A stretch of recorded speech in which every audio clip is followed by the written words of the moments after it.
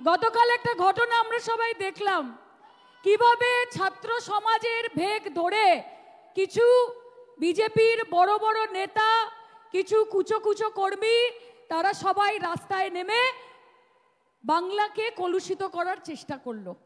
তারা শান্ত বাংলাকে অশান্ত করার চেষ্টা করলো।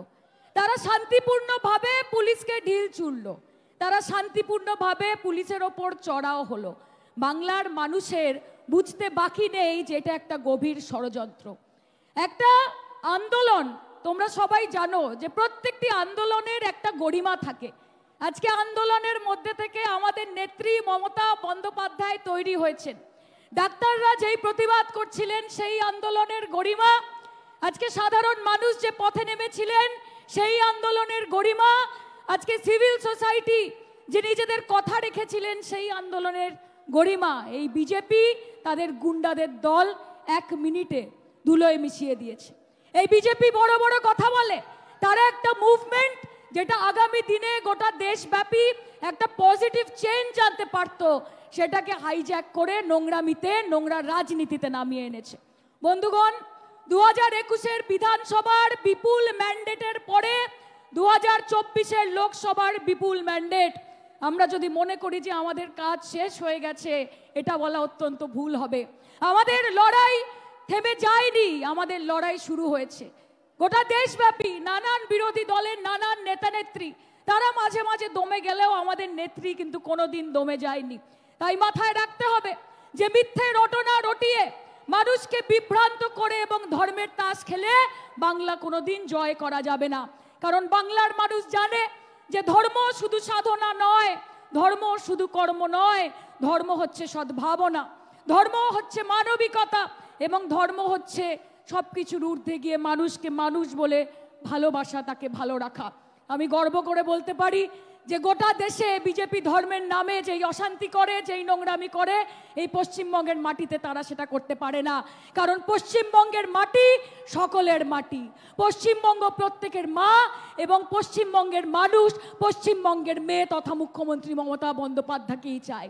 বিজেপি বলে যে সকল হিন্দু এক হও, আমরা বলি সকল ভারতবাসী এক হও, সকল ভারতবাসী এক হও, ওঠো জাগো, এবং ততক্ষণ থেমো না যতক্ষণ না ভারতবর্ষকে ঐক্যবদ্ধ করতে পারছো।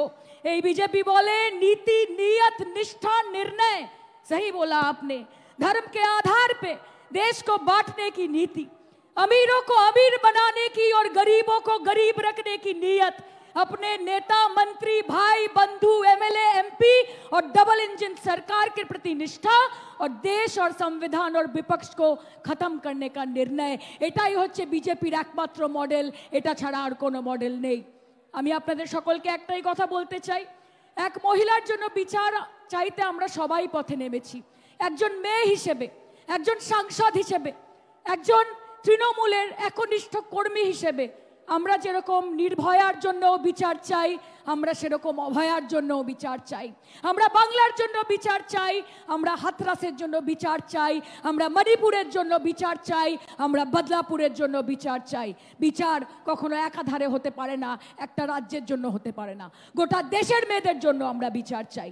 মাথায় রাখবেন, একজন মেয়েকে যার জন্য আপনারা বিচার চাইছেন, তার জন্য বিচার চাইতে গিয়ে একজন মুখ্যমন্ত্রী যিনি একজন মহিলা, তাকে আপনারা খুনের হুমকি দিচ্ছেন। একজন মেয়ের জন্য আপনারা বিচার চাইছেন, তার জন্য বিচার চাইতে গিয়ে তাদের মহিলা সাংসদদের আপনারা রেপের হুমকি দিচ্ছেন। একটা ছোট বাচ্চা আপনাদের নোংরা মানসিকতা থেকে বাদ পড়ে না। তাই আপনাদেরকে বলছি, বিজেপির এই নোংরা চক্রান্তে আপনারা কেউ পা দেবেন না। কারণ বিজেপির ডিএনএ পশ্চিমবঙ্গের মানুষ জানে, এবং মমতা বন্দ্যোপাধ্যায়কেও পশ্চিমবঙ্গের মানুষ চেনে। তারা জানে যে ভাজপা ওয়াশিং মেশিনে 100 বার ধুয়ে বেরোলেও মমতা বন্দ্যোপাধ্যায়ের শাড়ির সাদার সঙ্গে পাল্লা দেওয়া যাবে না, যাবে না, যাবে না। তাই আপনারা আগামী দিন, আমি ছাত্রদের বলবো, কঠিন সময়, এই সময়কে অতিক্রান্ত করতে হবে। আমরা বলে থাকি এ বুড়ে वक्त जरा अदब से पेश आ वक्त नहीं लगता वक्त बदलने में। কাজে এটা মাথায় রেখে और हाथों की लकीरों पे मत जाए गालिब नसीब उनके भी होते हैं जिनके हाथ नहीं होते। এটা মাথায় রেখে এগিয়ে যাবেন। নেতার দিকে তাকিয়ে, নেত্রীর দিকে তাকিয়ে, দলের দিকে তাকিয়ে মাথা উঁচু করে সংগ্রাম চালাবেন।